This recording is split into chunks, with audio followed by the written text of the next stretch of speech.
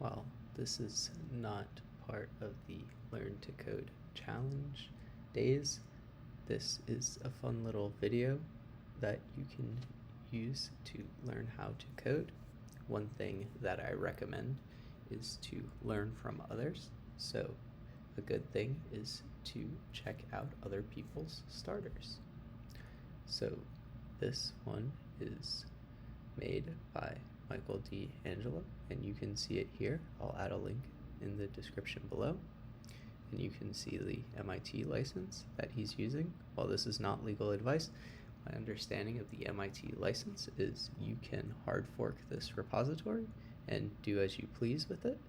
So you can mess around with it and change it and learn from it and understand it and use it for your own needs. So let's look at the changes that I made. So what I did is I forked the repository, but I created a hard fork where I started it from a clean scratch, and I removed a lot of things that weren't fit for my needs. I only have a GitHub and an email. I don't have the other social medias, and I changed everything that he suggested and removed his name as he suggests in his guide, which you can check on his GitHub. I changed the projects section so that you could also embed videos instead of having pictures. I think this is a nice additional feature. As for the stats, I wanted to use the Google APIs for YouTube to get stats for my channel, and this code will be on my GitHub, which will be in a link in the description below, so you can see how to get these stats yourself through the Google API.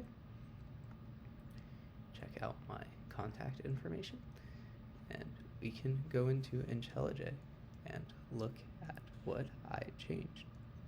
So the biggest thing was adding the YouTube APIs, and I called it this YouTube calls.js package, and you're going to have to add some environmental secrets to it, and basically you just call the YouTube API, give it your channel ID, your API key, which you can get from GCP, and I will have another video in the future on how to get a YouTube API key from GCP. And all the information that you need is in r.items at the first position in the array, statistics and video count.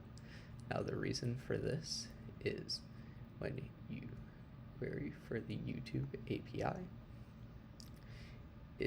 it requires parameters through the query, but you can actually get multiple channels, up to 5, but I only used channel ID as my indicator, which is unique, so I only got my own, so I knew it was at the 0th position. The other major change had to do with embedding YouTube videos. And to do that, I added this new tag, video, which is just a URL to the YouTube video that you want to embed. And in the cell.js, which you can look in his project, I added an iframe, which is the Google recommended way of embedding YouTube videos. You just add the source as the YouTube video. Things to watch out for. So you most likely want to host this on your own GitHub pages. So to do that, you would just change this to your GitHub account and change this to your repository. And you're going to need to pass in the YouTube environments, the GitHub environment secrets for YouTube to the environment when building the application for your static page, which you can see here, which is hosted on my GitHub, which you can check in the link below.